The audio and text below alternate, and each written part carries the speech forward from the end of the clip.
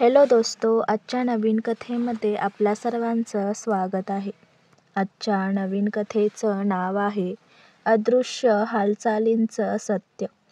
पाटील कुटुंबात एक गोष्ट नेहमीच मुलांना त्रास द्यायची. बेडरूमच्या बाहेर लावलेले CCTV कॅमेरे. घर सुंदर, परिवार सुसंस्कृत, सगळं सुरळीत. पण एका छोट्याशा घरात अशा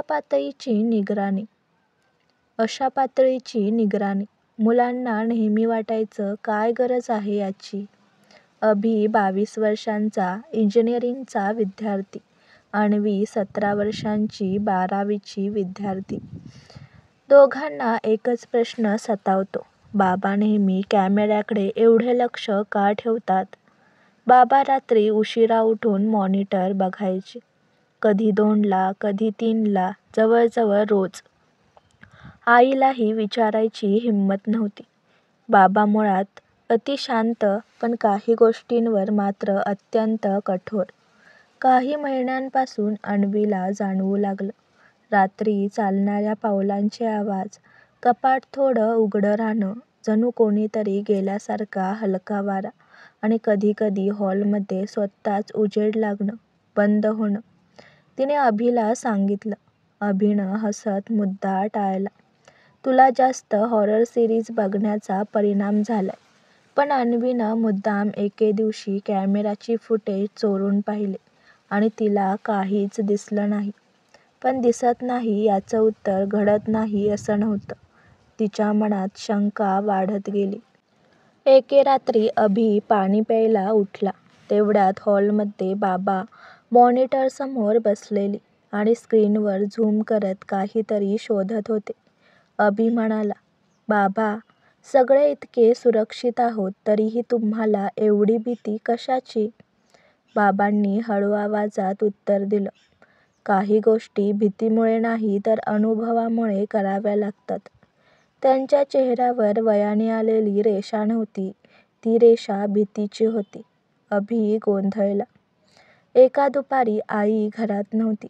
अन्वीला आईचा एक छोटासा डायरीसारखा वहीत सापडले. त्यात एक दिवसाची नोंद. घरात घडलेला तो दिवस. आज पुन्हा घरात कोणाचा तरी आवाज ऐकू आला. कपाट हलल्यासारखं वाटलं. पण मी पाहायला गेले तेव्हा तिथे कोण नव्हतं.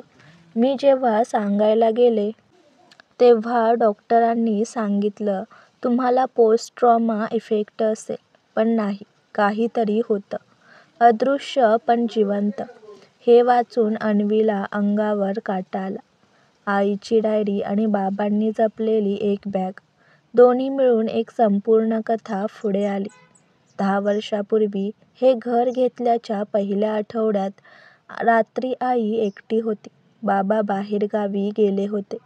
रात्री नेमकं 2:18 किचनमध्ये भांड्यांचा आवाज आला. आईने समजलं मांजर असेल, पण किचनमध्ये कोणी नव्हतं. तेव्हा अचानक हॉलमधलं कपाट हळू उचललं. आई थबकली. किनाऱ्यावर पांढरा सावलीसारखा धूसर आकार, जणू माणसासारखा, पण चेहरा नाही. आई किंचाळणार तेवढ्यात ती आकृती जणू हवेत विरली. दुसऱ्या दिवशी पोलीस आले. फुटेज काहीच दिसलं नाही. पण आईचं निरीक्षण चुकीचं नव्हतं. तिनं चिन्ह पाहिलं होतं. कपाटावरचे हाताचे ठसे, फरशीवरचा हलका ओलसर ठसा आणि खिडकीच्या ग्रिलवर तुटलेला एक भाग. कोणीतरी होता, पण दिसत नव्हता. या घटनेनंतर बाबा परत आले आणि त्यांनी घरात CCTV बसवायला सुरुवात केली. अभि, अन्वी दोघांनी बाबांशी थेट बोलायचं ठरवलं. बाबा, आम्हाला सर्व कळलंय. का निगराणी ठेवता? काय पाहता? बाबा शांत होते. ते म्हणाले, त्या दिवशी मला एक गोष्ट समजली. ज्याला आपण पाहू शकत नाही तो आपल्या दृष्टीआड असतो, पण तो नसतो असं नाही. त्यांनी सांगितलं, एकदा रात्री CCTVच्या स्क्रीनवर बेडरूमच्या बाहेरचा कॅमेरा अचानक स्टॅटिक दाखवू लागला. जिथं जगडल्प नसायला हवा असतो तिथं छाया हलताना दिसली. बाबांनी म्हटलं, ती मानव नव्हती, पण पूर्णपणे अदृश्यही नव्हती. अन्वीला तेव्हापर्यंत वाटत होतं आवडीनिवडी कल्पना आहेत, पण त्या रात्री 2:18 वाजता तीच वेळ, पण ज्यावेळी आईला आवाज आले होते. बाबांनी मुलांना आपल्या जवळ घेतलं. स्क्रीनवर अचानक गडद सावली सरकली. ते कोणाचंही प्रतिबिंब नव्हतं, कोणीही कॉरिडॉरमध्ये नव्हतं. तेव्हाच हॉलमध्ये एक आवाज, कपाट आपटल्यासारखा. तीच बाहेर धावत आले. कपाट अर्धवट उघडं. जमिनीवर ओलसर पावलांचे ठसे. अन्वीचा हात थरथरला. ही कशाची? बाबांनी फक्त इतकंच म्हटलं, हा माणसाचा नाही. बाबांनी शेवटी जे सांगितलं ते ऐकून मुलं काही क्षण स्तब्ध झाली. हे घर पूर्वी एका वयोवृद्ध माणसाचं होतं. तो खूप एकटा राहत होता. मृत्यू होण्याच्या 2 दिवस आधी तो सतत म्हणायचा, माझ्या मागे कोणीतरी घरात फिरतं, पण मला दिसत नाही. डॉक्टरांनी सांगितलं तो भ्रम आहे. पण त्याच्या मृत्यूच्या दिवशी त्याच्या खोलीत कपाट पूर्ण उघडं होतं आणि घरात ओलसर पावलांचे ठसे होते. तो पडून मेला की कोणीतरी त्याच्याकडे पाहायला येत होतं, आजही कुणाला माहिती नाही. बाबांनी CCTV बसवण्याचा निर्णय त्याच दिवशी घेतला. ते मुलांवर नजर ठेवत नव्हते, ते त्या अदृश्य हालचालींवर नजर ठेवत होते. अनेक महिन्यांच्या सतर्कतेनंतर काहीतरी बदलले. त्या रात्रीचे आवाज कमी झाले, छाया दिसेनाशी झाले.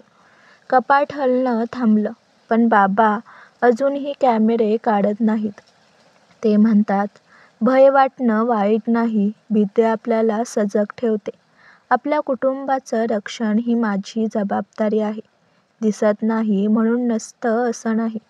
घर आता सुरक्षित होतं, पण प्रत्येक रात्र 2:18 बाबा एक नजर स्क्रीनकडे देतातच. काहीतरी जणू त्यांनाही माहीत आहे.